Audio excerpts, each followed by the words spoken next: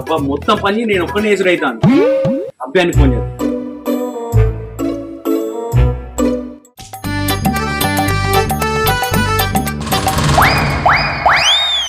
చెప్పురా.